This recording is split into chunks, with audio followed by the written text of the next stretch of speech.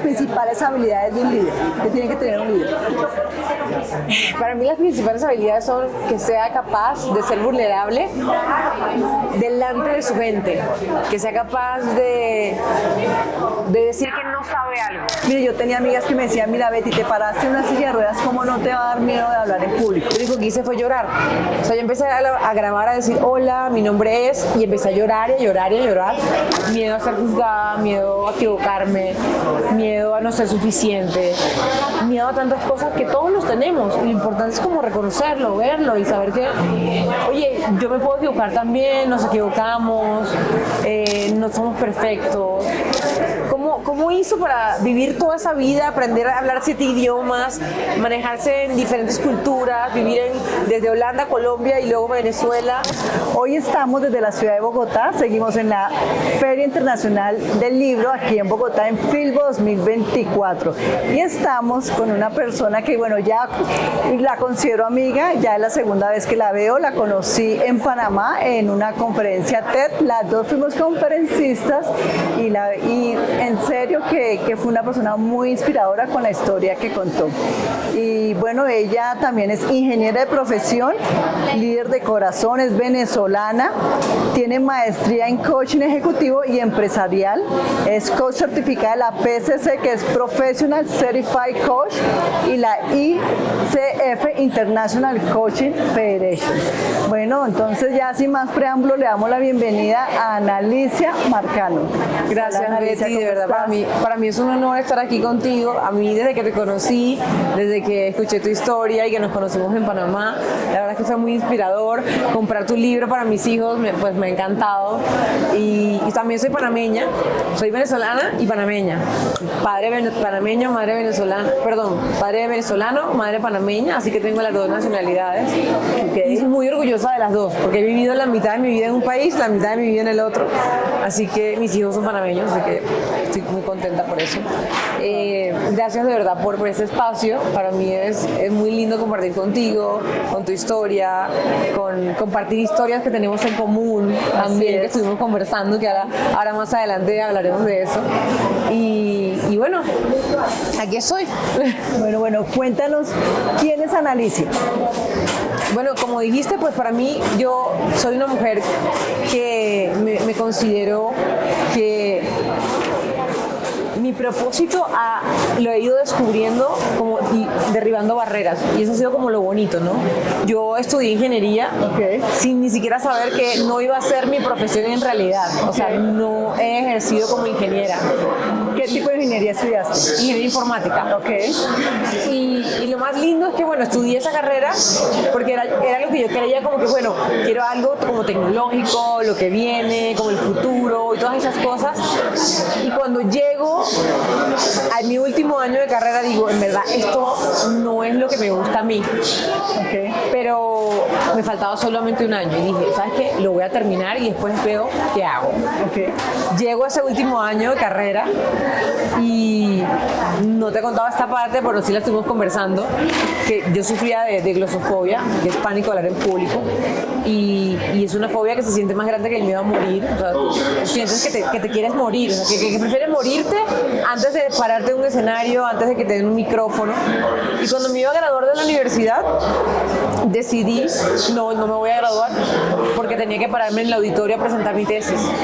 Ya la tenía lista. Y de repente, pues como cosas de la vida que nada es casualidad, escucho que si estoy en una maestría, no requiero presentar la tesis en el auditorio. Y dije, listo, por aquí es. Y fui, me inscribí en una maestría, presenté mi tesis escrita y me pude graduar de ingeniera y luego terminar mi maestría. Pero la verdad es que sufrir de ese miedo por tantos años fue muy fuerte para mí, y ha sido lo que poco a poco me ha ido como ayudando a derribar como un muro, otro muro, otro muro, para llegar a este propósito que nunca me imaginé, porque mi único propósito cuando era niña, y si tú lo escuchaste en mi charla TED, era ser mamá. Era lo único que yo quería. Y soy mamá de 2 hermosos niños y la verdad es que llegar a este espacio, hablar con personas, conectar con ellas, poder transformar la vida de los demás y la mía, porque aprendo muchísimo de ellos y con gente con propósito en mi compañía, que nació gracias a un evento que yo creé para hablar en público. Okay. Entonces, que se llama, porque aún existe, La felicidad como forma de ser. Okay. Ese fue mi primer taller en donde hablé frente a 100 personas, cuando nunca había hablado ni siquiera frente a 3. Ok. Bueno, entonces, ¿cómo es que se llama el mío hablar en público? Glosofobia. Glosofobia viene del griego y es gloso, significa lengua, y fobia viene de phobos, que es miedo. Y esta fobia es una fobia que se siente más fuerte, como que te comenté, ¿no? Que el miedo a morir. Y dicen, o sea, en muchos libros están que muchas personas preferirían morir que hablar en público. ¿No? Y es un miedo que ataca al 75% de la población. Okay. Hoy en día mundial. Okay. Hoy en día con el tema de las redes sociales como que hay un poquito menos, ha disminuido un poco porque la gente como que se ha trabajado en verse en cámaras, grabarse ellos mismos, pero la verdad es que te voy a contar algo que nunca he contado en cámaras, y es que la primera vez, creo que no lo he contado, la primera vez que me mandaron a hacer algo que me diera mucho miedo, en un entrenamiento donde yo tenía como que romper cosas que me dieran miedo, yo elegí grabarme un video y agarré mi celular montada en mi carro, llegando al lugar, montada en mi carro, agarré el teléfono y puse un selfie y empecé a grabar. Y en ese video lo único que hice fue llorar. O sea, yo empecé a grabar, a decir hola, mi nombre es, y empecé a llorar y a llorar y a llorar, porque yo nunca me había visto a mí misma en la cámara, en un selfie grabándome un video. ¿No te bloqueabas? O sea, pero estoy hablando que esta fue la primera vez que yo me traté de grabar a mí misma. Okay. Y estamos hablando de hace poco. Pero cuando ibas a hablar con el teléfono, en ese momento tú no te mirabas y en ese momento te bloqueabas. Claro, pero eso fue un proceso, Okay. ¿no? Entonces, todo esto fue hace más de 5 años. Okay. Un poquito más de 5 años cuando hago este ejercicio donde me rompo por completo yo misma.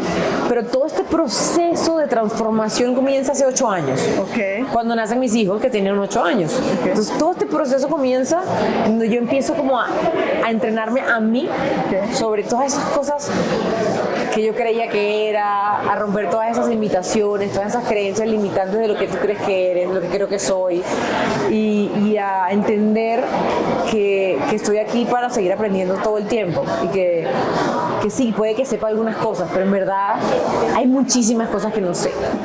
Okay. Y que sí puedo enseñar a algunas personas y que es maravilloso para mí hacerlo y verlas entrar y salir de otra forma, pero también estoy ahí para aprender constantemente. O sea, me considero como una eterna aprendiz de querer saber más, de las historias de las personas. Me apasiona mucho la gente.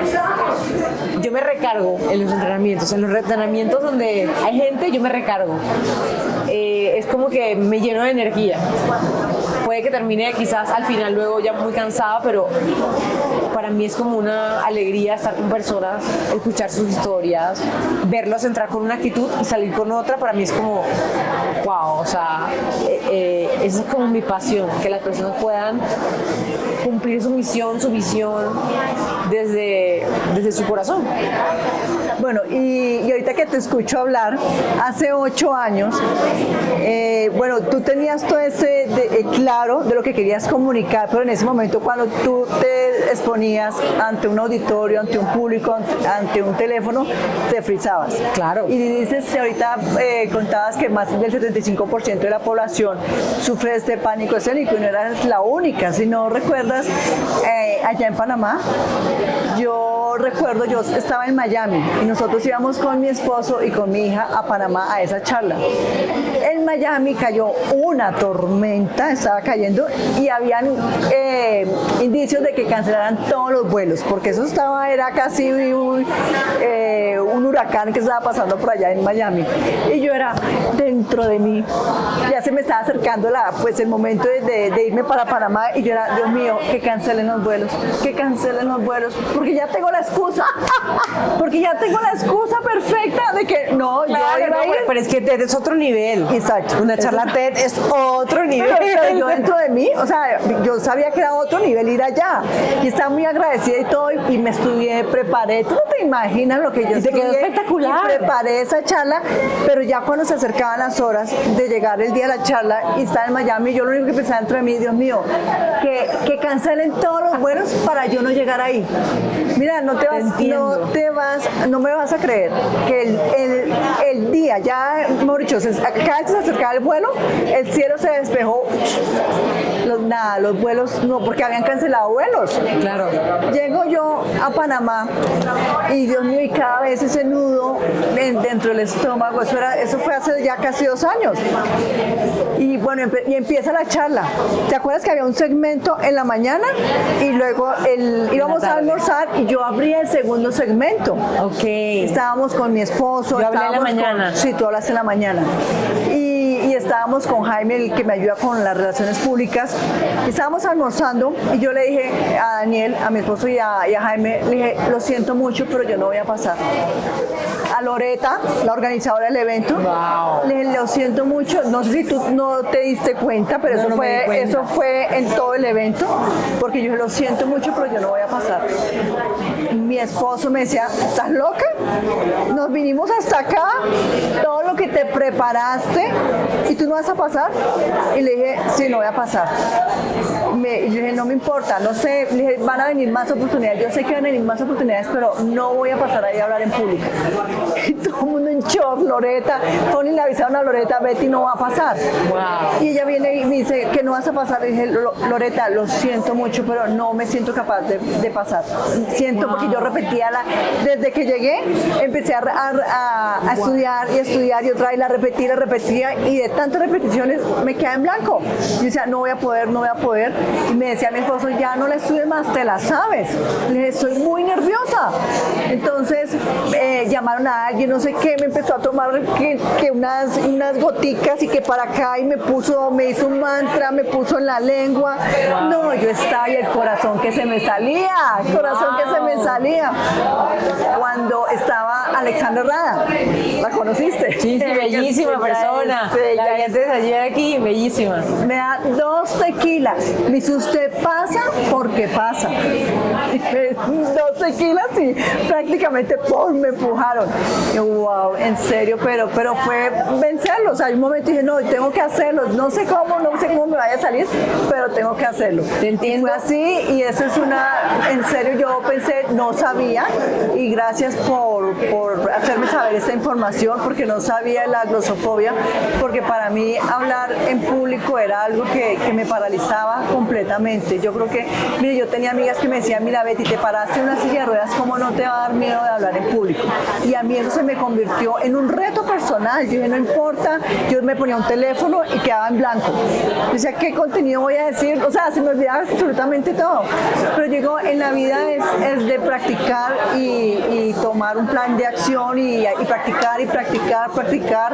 Como dice un amigo, Jorge Cerrato, dice, tu repetición es tu reputación. O sea, tanto que tú repites, o sea, ya vas desarrollando habilidades hasta que lo logras. Pero pues eso es lo que quería contarte y qué bueno que me cuentas eso porque mira, otro concepto más que se aprende y eso es lo que me encanta también de este podcast porque pues aprende uno cosas nuevas. Y no sabía eso. Yo te veo siempre tan extrovertida, tan espectacular, toda tan fashion. Nunca me lo imaginé. Y sabes que me pasa algo similar. A veces yo me paro en una charla o en un entrenamiento, en un taller, porque entrenamos a personas en empresas, y son muchas personas. Puede ser grupos chiquitos como grupos de 300 personas de una compañía. Y después del entrenamiento, a veces yo cuento o en algún ejemplo del tema de programación, creencias, emociones, acciones, cuento como esta historia, ¿no? Del miedo y cómo llegué hasta acá. La gente al final me dice, ¿de verdad tú no podías hablar en público? Y yo, no, ¿de verdad? Porque claro, hoy en día es diferente, o sea, Hoy en día, Pero porque ya han pasado 8 años. claro, desde la primera vez 5. Ese fue un proceso, los primeros 3 fue como de un trabajo interno muy profundo, de mí misma, como de entender todas esas limitaciones, de dónde vienen todas esas cosas que yo creía.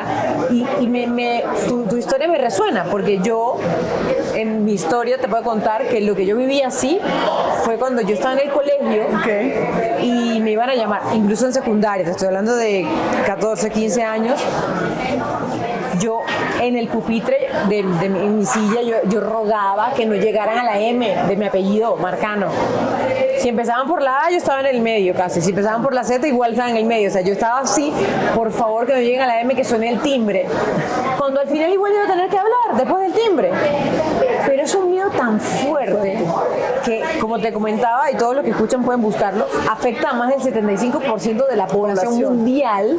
Después del último estudio hecho hace varios años, hoy en día ha disminuido el porcentaje porque las redes sociales han ayudado a que las personas se tengan que exponer, usen Zoom, se graben en redes sociales. O sea, eso ha generado que la gente como que baje un poquito ese miedo tan fuerte que tenían. Sin embargo, es un miedo que afecta desde un presidente hasta una niña pequeña. O sea, no discrimina a nadie. No importa quién seas, tú puedes sufrir de miedo a hablar en público. Y hay diferentes niveles, ¿no? Este miedo que es la glosofobia, ¿no? Esta fobia del miedo como más grande que el miedo a morir. Y también estos pequeños miedos que en el libro que estoy escribiendo con Pan House es el que vamos a como atacar, ¿no? Contaré un poquito de mi historia, pero estará basado más como en cómo saltarte esos pasos para poder llegar a comunicar de una manera efectiva, sabiendo yo, después de haber estudiado todo esto que me ha pasado por toda mi vida, porque en realidad pasé por glosofobia más de 20 años y ha sido como un estudio interno muy profundo de entender de dónde vienen estos miedos al juicio, el miedo a equivocarme, el miedo a no hacerlo bien, ese perfeccionismo, que el perfeccionismo en realidad es postergar, es procrastinación. La procrastinación está descrita como postergar pegado a la emoción del miedo inconsciente. Cuando ya tú eres consciente, ya no es procrastinación, ya es postergar conscientemente algo. Entonces, cuando tú empiezas a entender eso y empiezas a tener herramientas y conocimiento de que si hay algo que puedes cambiar y que tu mensaje es importante, el mensaje tuyo es importante. Imagínate que nos estuviésemos perdiendo tu mensaje, el mío y el de todos estos autores que están aquí y de todas las personas que estuvieron en TED. Todos tenemos un mensaje maravilloso para mí que contar, porque todos tenemos historias, familias, cosas lindas, y yo siento que todos deberíamos vivir la experiencia de poder contar nuestra historia, así sea en un libro, así sea hablando en una charla, así sea en un cuaderno, pero poder contar tu historia, porque todos aprendemos de los demás. O sea, para mí es maravilloso y siento que enseñamos lo que necesitamos aprender, y yo enseño sobre comunicación, enseño sobre trabajo en equipo, escucha activa, salario emocional, y todo está relacionado con la comunicación, con el liderazgo, todo está relacionado con esa conexión humana, la conexión con el corazón, ese propósito. Y como te decía, lo lindo para mí ha sido llegar a este propósito que tengo, que es comunicar a través de romper barreras poco a poco, porque no lo sabía, nunca me lo imaginé. Y en mi primer TED yo hablo de que cuando yo tenía 18 años, yo fui a una agencia con una amiga que era modelo a buscar unas fotos, y el dueño de la agencia me dice: oye, como yo soy panameña también, ¿tú tienes cédula panameña? Y yo: sí, claro, mi mamá es panameña, yo soy panameña también. Perfecto, Miss Panamá, vamos a meterte para concursar. Y mi mamá ya había estado en el concurso hace muchísimos años. Era algo que en verdad yo quería hacer, Betty, te lo prometo. Pero mi miedo era tan grande, pero tan grande, y mi certeza de que pudieses ganar o que me fuese bien era tan pequeña, porque también tenía otra frase en mi cabeza que la aprendí de mi papá, y era que lo importante era ganar. Y esa frase, a pesar de que parece limitante, porque mi papá me la decía cuando yo nadaba. Yo nadé por más de 15 años y competía y viajaba compitiendo. Y mi papá me llevaba siempre. Y mi mamá también, pero mi papá era el que me llevaba, me buscaba y tal.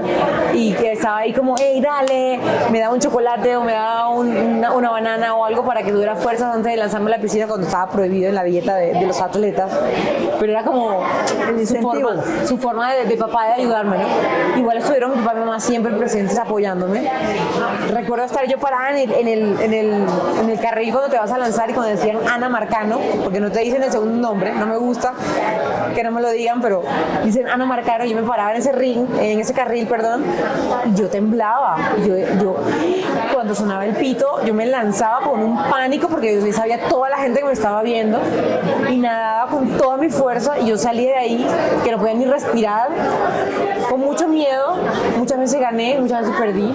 Mi papá nunca me regañó por perder, a pesar de que siempre me dijo que lo importante era ganar.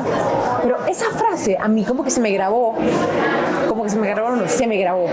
Y eso me hizo ir también como por la excelencia, como a ir a ganar, a hacer las cosas bien, a no desviarme en el camino. Pero por otro lado también empecé a crear limitaciones, ¿no? De esto no puedo, no tengo la certeza de ganar, por eso no me meto en mi Panamá, por eso no salgo en ese programa de tele, porque en mi universidad iban como ¿sabes que en las universidades van los cazatalentos a buscar gente para propagandas y tal? Nunca me atreví a nada. Y hoy te puedo decir lo siguiente, y es que nunca estamos suficientemente preparados para nada. Y el momento en el que realmente lo estamos es un segundo después de que lo hacemos. Y me imagino que así te sentiste cuando estuviste y te paraste antes de la tarima, ya que enfrente de este público maravilloso que estaba ahí viéndonos, ya estabas preparada, pero en el momento en que estuviste ahí. Así es. Bueno, ¿y en qué momento fue que tú dijiste, bueno, Ana Marcano, o sea, tu punto de inflexión, decir, no sé qué voy a hacer, pero voy a vencer este miedo y voy a hablar en público? Mira, ¿en qué momento? En el momento en el que acepté que yo tenía un mensaje que dar.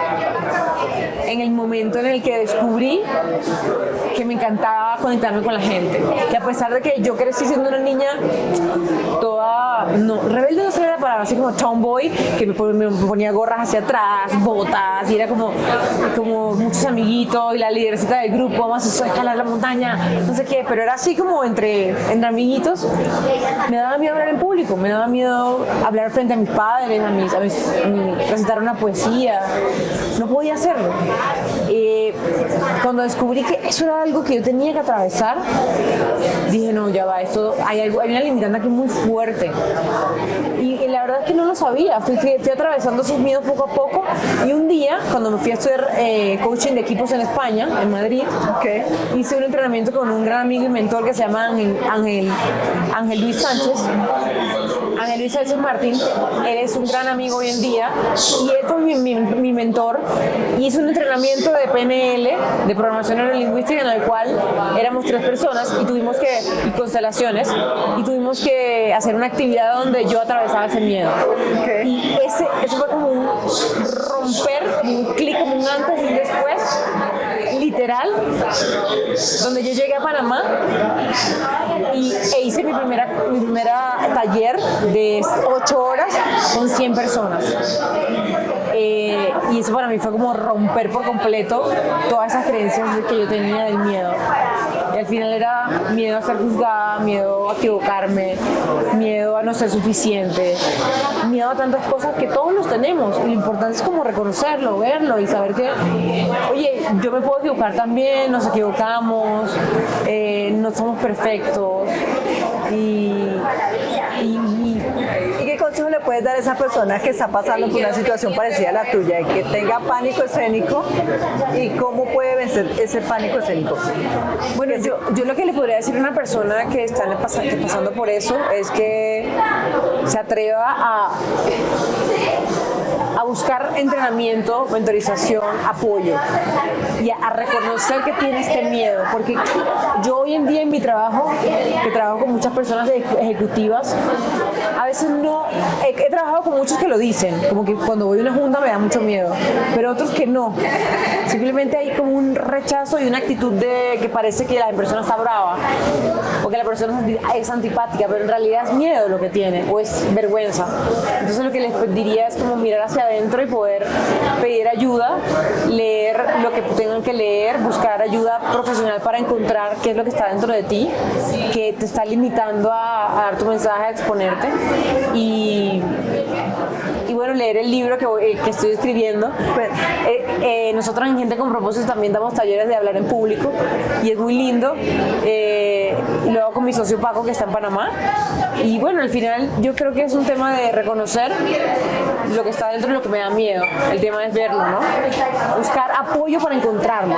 Okay. Porque eso es lo difícil, verlo tú mismo es complicado a veces. Okay. Pero si tienes a alguien que te está apoyando, que te está haciendo las preguntas adecuadas, que te está diciendo, mira, te hace las preguntas para que tú encuentres realmente qué es lo que pasa.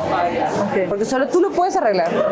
Ok. Bueno, y ahora que tú estás diciendo de tu nuevo libro, ¿este libro va enfocado exactamente hacia qué? El libro es como un mix de cosas, Okay. pero está más enfocado en la parte, mi empresa es en el liderazgo, trabajo en equipo, comunicación, Okay. y el libro está enfocado como en un poquito de mi historia, Okay. porque es un libro que escribo con la autoridad de lo que viví, Ok. pero en realidad no es sobre mí, es sobre cómo te puedo apoyar con herramientas reales Okay. a atravesar esos miedos que te limitan hoy a dar tu mensaje, Okay. ya sea en una gran tarima o sea en una sala de juntas donde vas a comunicar una idea, en donde tienes que decir lo que piensas, Okay. o en una conversación o en una transacción, en un negocio, y lo que estábamos hablando, que sin relación no hay transacción y con miedo es difícil relacionarse. Entonces es como atravesar esas cosas, va a haber herramientas, links para ver ¿Cuáles son videos. esas primeras herramientas o esas principales herramientas que tenemos que tener para hablar en público? Mira, la primera herramienta para mí es estar conscientes de que nunca estamos suficientemente preparados y pensar lo mejor que puede pasar si me atrevo. Okay. Si yo pienso lo mejor que puede pasar, mi miedo disminuye la mitad, por lo menos. Ok. Wow, excelente. En serio que uno simplemente yo digo que es más que uno lo ve como un gigante. Claro. Y el temor como a ser juzgados, ¿no? Y el síndrome del impostor queda, o sea, son tantas cosas que vienen en ese momento a la mente, o sea, esos pensamientos negativos de que no eres capaz, de que no lo haces bien, de que no hablas de una parte fluida, y porque es que son muchas cosas que uno también tiene que manejar cuando uno habla en público, que la entonación, que las muletillas, El lenguaje corporal, que puedas comunicar, que puedas conectar, que baje tu mensaje, que fluya. Eso es un mar de cosas que uno tiene que estar atento.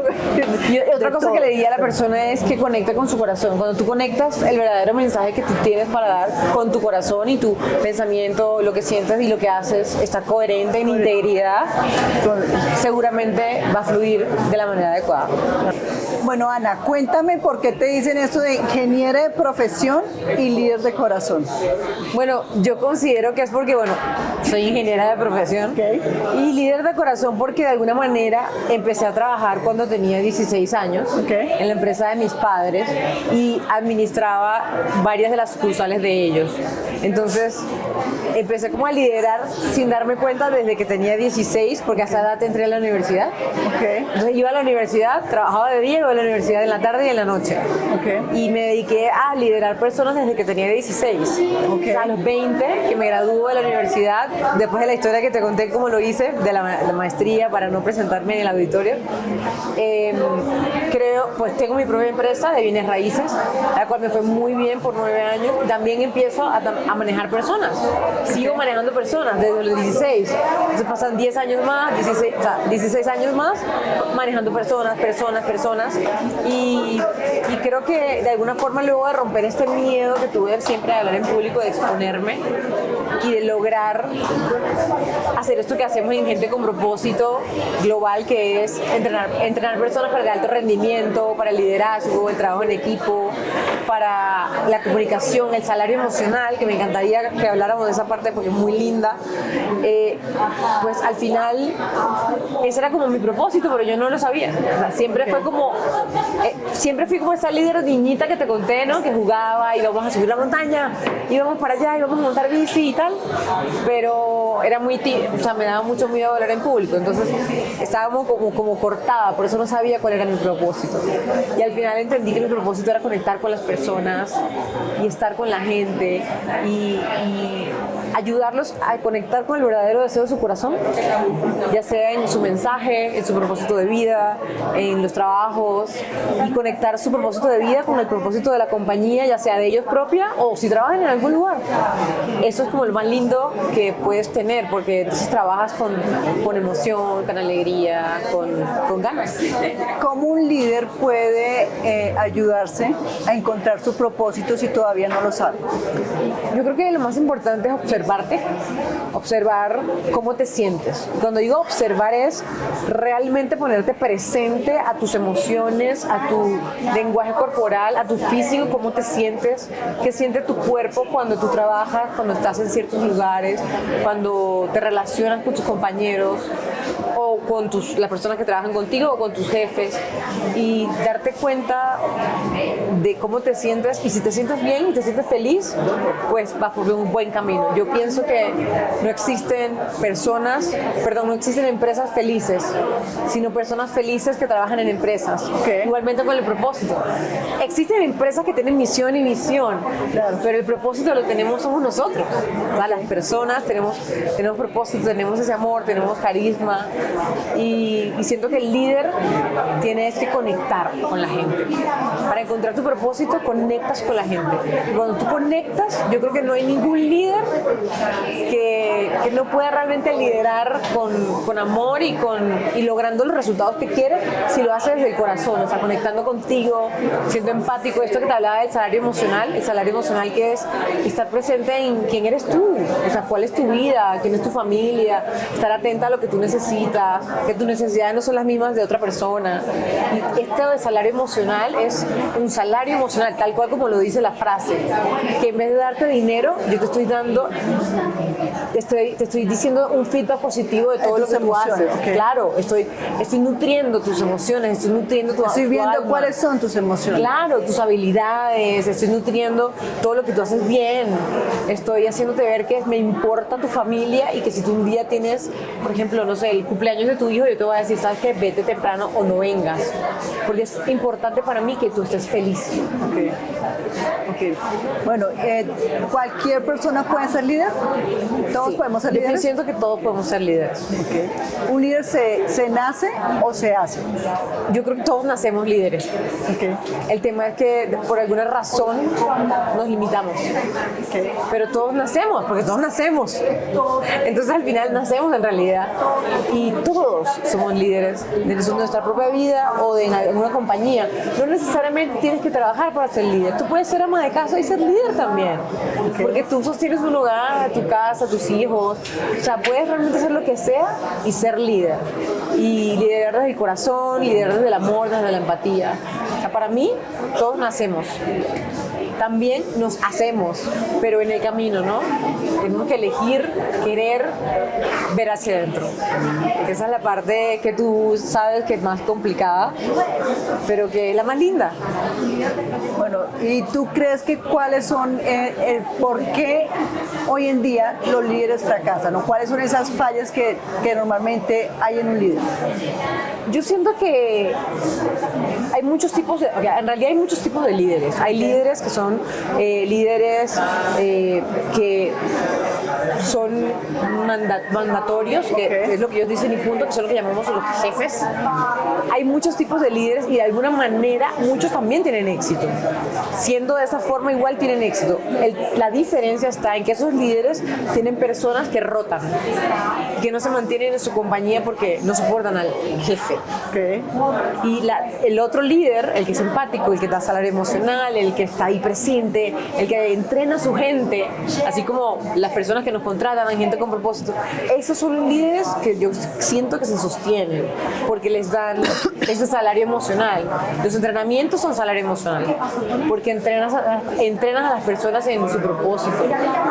¿Tú crees que todos los líderes tienen que ser empáticos y se vale la empatía siempre en todos los casos? Deberían.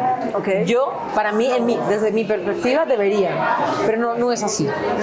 Sin embargo, no juzgo el que no es así, cada uno ha tenido sus experiencias y yo confío en que el ser humano, todos hacen lo mejor que pueden. O sea, con lo que saben, con las herramientas que tienen, todos hacemos lo mejor que podemos. Claro, si yo logro ver hacia adentro y darme cuenta que mi resultado no es el que quiero, que no es el que yo estoy buscando, entonces tengo que ver hacia atrás. Porque si vemos que programación me genera un pensamiento, una acción, un resultado, voy hacia atrás. El resultado no lo quiero, entonces voy a ver cómo actué. Y eso cómo actué, veo cómo pensé para actuar así. Y ese pensamiento de qué creencia vino, de qué programación. Entonces ahí yo puedo cambiar mi perspectiva y puedo realmente hacer un cambio importante y poder ser empático con el otro. Para mí sí deberían todos ser empáticos. ¿Cuáles crees que son las principales habilidades de un líder? ¿Qué tiene que tener un líder? Para mí las principales habilidades son que sea capaz de ser vulnerable delante de su gente, que sea capaz de decir que no sabe algo, de decir, ¿sabes qué? No lo sé, voy a investigar y te digo. Mañana te digo. Voy a investigar y te digo, o sea, no tengo ni idea. O sea, reconocer estas cosas es muy importante. Bueno, Ana, ¿y cuál ha sido ese miedo más grande que has tenido, que has sentido que te ha paralizado? ¿Lo venciste, aparte del que ya hablábamos de hablar en público, de ser speaker? Que tú sentías que te paralizaba, lo venciste y te está ayudando a cumplir las metas de hoy en día. Bueno, esta es la primera vez que creo que voy a hablar de esto. Tengo que reconocer que además de tener miedo a hablar en público, que lo pasé por 20 años, esto de glosofobia, hace poco descubrí, por unas clases de canto que quise contratar para mi hija, que le gusta cantar y tocar instrumentos, que cuando probé la profesora, porque ya había tenido varias, entonces dije, bueno, esta vez voy a probarla yo, para luego que Carlota, mi hija, tome la clase. Me di cuenta que me daba pánico delante de ella cantar, porque yo no sé cantar, pero creo que todos sabemos cantar y creo que puedo relacionar el liderazgo con cantar. Creo que todos podemos cantar, ¿qué importa cómo cantes? Y canta Bad Bunny. Al final descubrí que me ponía a hacer notas con la voz y yo decía, ¡qué miedo! Y era una persona enfrente de mí que era una persona maravillosa. Y dije, wow, qué importante como yo entreno personas para superar estas herramientas con el miedo a hablar en público y yo no había descubierto que me daba miedo cantar. Entonces, eso acaba de pasar. Entonces, es la primera vez que lo digo en realidad y es interesante porque dije, ¿sabes qué? Voy a seguir viéndola. Porque esto es como otra de otros muros que estaba contando, de ir atravesando hasta que simplemente ya no haya un miedo a la exposición de ninguna forma. No significa que me voy a parar aquí a cantar, porque digo, no soy cantante, pero tener miedo de cantar porque me gusta una canción o enfrente de ti porque estamos, no sé, disfrutando, no me había dado cuenta que tenía ese miedo y lo descubrí hace poco. Bueno, ¿y cuál ha sido ese peor fracaso que has tenido y qué aprendiste de él? ¿Fracaso? Yo siento que cuando no ganas aprendes. No creo que tenga como un gran fracaso. Lo que pensé que alguna vez fue un fracaso fue lo que hablé en mi charla TED, que fue cuando perdí mis 3 hijos. Porque para mí, y como se llama la charla, el fracaso, ¿cómo es llamado el fracaso de la mujer? Pero al final, para mí, cuando no ganas, aprendes. Entonces siento que todas las cosas que he vivido han sido aprendizajes, ¿no? Incluso eso que me pasó, ¿no? De perder 3 bebés antes de tener mis hijos. Entonces, no siento que fracasemos en ningún momento. Yo creo que de todo aprendemos, y conociendo a todas las personas que he conocido, conociéndote a ti y a todos los autores que he conocido aquí, todas las personas con las que me relaciono, porque cada vez como que vamos cambiando de conciencia, de vibración, y atraemos otro tipo de personas, puedo entender que no fracasamos en realidad, que aprendemos. Okay. Bueno, si tú tuvieras la posibilidad de cenar con cualquier persona de la historia, ¿cuál sería y por qué? ¿Y qué le dirías? Cualquier persona de la historia. De la historia, que tú admires, que digas, mira, que me gustaría poder cenar con esa persona. ¿Y por qué? ¿Y qué le dirías?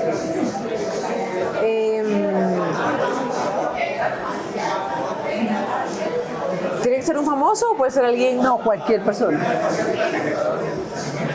Bueno, la verdad es que yo cenaría con mi abuela paterna, con quien conviví casi un año, cuando mis padres se mudaron a Panamá y yo me quedé terminando mi último año de secundaria. Porque de ella, en ese poco tiempo con el que conviví, creo que aprendí la mayoría de las cosas que sé hoy. Yo tenía una edad de entre 15 y cumpliendo 16, es una edad que parece complicada, pero tuve la oportunidad de tener a alguien que estaba muy abierta a compartir, y es la persona que he conocido que nunca la escuché hablar mal de alguien. Y eso para mí fue como un gran aprendizaje, conocer a alguien que estuvo siempre en mi familia y nunca la conocí con esa intimidad, y que nunca la escuchara hablar mal de otra persona. Para mí fue como un gran aprendizaje, y lo que le preguntaría quizás es cómo hizo para vivir toda esa vida, aprender a hablar 7 idiomas, manejarse en diferentes culturas, vivir desde Holanda, Colombia y luego Venezuela, y tener siempre esa resiliencia. No resiliencia, sino esa compostura, esa empatía con todo el mundo, de entender que todos somos diferentes, no juzgar a la gente. O sea, en realidad eso sería para mí muy importante. Bueno. ¿Cuáles han sido esos 3 libros que más te han gustado, o sea, que tú sientes que han cambiado tu vida? Que han cambiado mi vida. Que son muchos libros. 3. Dinos 3. No. Aquí vamos a estar en conflicto de intereses si me pongo a nombrar 3 libros. No, me gustaría nombrar 3 libros. Pero han sido muchos libros importantes que he leído y otros que he escuchado, que me han ayudado como a abrir mi mente a decidir también publicar un libro. Porque me di cuenta que, así como tú, todos tienen una historia que contar, y es muy lindo. Es muy lindo poder recibir la historia de otro y aprender que también tengo una para contar. Bueno, si tuvieras $100 y no contaras con nada más, ¿en qué invertirías con esos $100 y que no tuvieras acceso a nada más? ¿En qué invertiría? Wow, creo que investigaría cómo hacer para dividir esos $100 en invertir por lo menos la mitad en algo que se duplique, y los otros 50 los usaría para poder vivir mientras eso se duplica. Ok, bueno, ¿y cuál es ese legado que tú quieres dejar en este plano terrenal en el momento en que tú naces? ¿Qué quisieras que las personas cómo te recordaran? Me gustaría que me recuerden como una persona que siempre tuvo un eslogan que me gusta mucho, que también todas mis redes sociales, que es amarilla. Para mí es muy importante esa frase, porque hay muchas otras cosas importantes, pero para mí como que la fuerza más grande es el amor. Entonces, qué como una persona que amó mucho. Bueno, ¿qué consejo tú le puedes dar a esa persona que lo ha perdido todo? Que está deprimida, que está en una situación difícil. ¿Qué consejo le puedes dar para que pueda reinventarse nuevamente? Yo siento que lo que le podría decir a una persona que está en ese estado es que busque la manera de hablar con alguien, de pedir ayuda. Al final, yo creo que lo más importante es también saber a quién acudir, y si no sabes, pues preguntar. Mira, yo siento que siempre estamos a máximo 4 personas de la persona que necesitamos para lograr todo lo que queremos. Okay. Incluso para conocer a tu a la persona de la que eres súper fan. Entonces, yo creo que preguntando, hablando, todo es posible. Yo hice una actividad una vez en un ejercicio de crecimiento personal en el cual yo tenía que simular que no simular, sino que tenía que ir sin cartera a pedirle a las personas que si me podía sentar con ellos a comer. Okay. Y nunca había hecho un ejercicio así. Tenía que cumplirlo 5 veces al menos. O sea, 5 veces personas tenían que aceptarme en su mesa, con niños, familia, y yo llegar sin nada.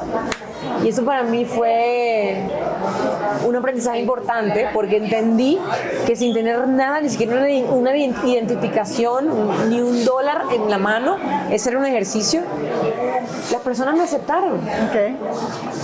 Jóvenes, familias con hijos, me aceptaron y me dijeron, siéntate aquí. Okay. Y el reto era que no solo me sentara, sino que también me compraran algo de comer o me dieran de su propia comida. Okay. Y entonces entendí que sí, el dinero es importante. Para mí lo es, y yo viví en abundancia porque creo que crecí con una familia que piensa de esa forma. Sin embargo, entendí también que puedes no tener nada y resolver si sabes cómo hacerlo. Si buscas la manera de hablar, de preguntar y buscar. Tocar puertas. Claro. Así es. Lo mejor que puede pasar siempre es para mí lo primero. Okay. Si quieres como, bueno, vamos a quitar todos los ganchos de lo malo, bueno, piensa lo peor. Y si piensas lo peor y lo peor no es tan grave, entonces ¿qué importa? Así es. Bueno, mira, y dentro de mi libro yo escribí un método Fénix. Sí, es un acróstico, cada letra es un factor. La F, la felicidad, la E es del éxito, la N los no negociables, la I habla de la ideación, inspiración que incita a la acción, ¿sí? Y la X es el factor X, que es ese es el elemento desconocido que tenemos todos los seres humanos que nos diferencia una de los otros. Habla de los dones y los talentos. Te voy a preguntar a ti, ¿cuál es tu factor X? ¿Cuál consideras que es el factor X de Ana? ¿Hablas de mis dones y mis talentos? Sí, que me lo que te diferencian? hace, lo que tú crees que te diferencia de todos los demás. Yo creo que lo que me diferencia es que puedo ser muy espontánea, que puedo decirte las cosas que pienso con amor, sin herirte, pues, y que de alguna forma para mí es importante el feedback, que algunos puedan considerar negativo, pero porque yo no creo en las críticas constructivas. Okay. Para mí las críticas constructivas no existen. Para mí crítica es crítica, punto. Pero el feedback sí. Entonces siento que la espontaneidad, la curiosidad son como las dos cosas que me caracterizan, porque ser curiosa y espontánea es lo que me ha llevado a hacer lo que hago hoy. Ok. Bueno, mira, yo siempre dentro de mi podcast me gusta hacer una dinámica, es como una dinámica de ping-pong. Yo te digo 2 palabras y tú me dices cuál de las 2 te identifica más. Okay. ¿Listo? Dale. ¿Verano o invierno? Invierno. ¿Pizza o tostones? Tostones.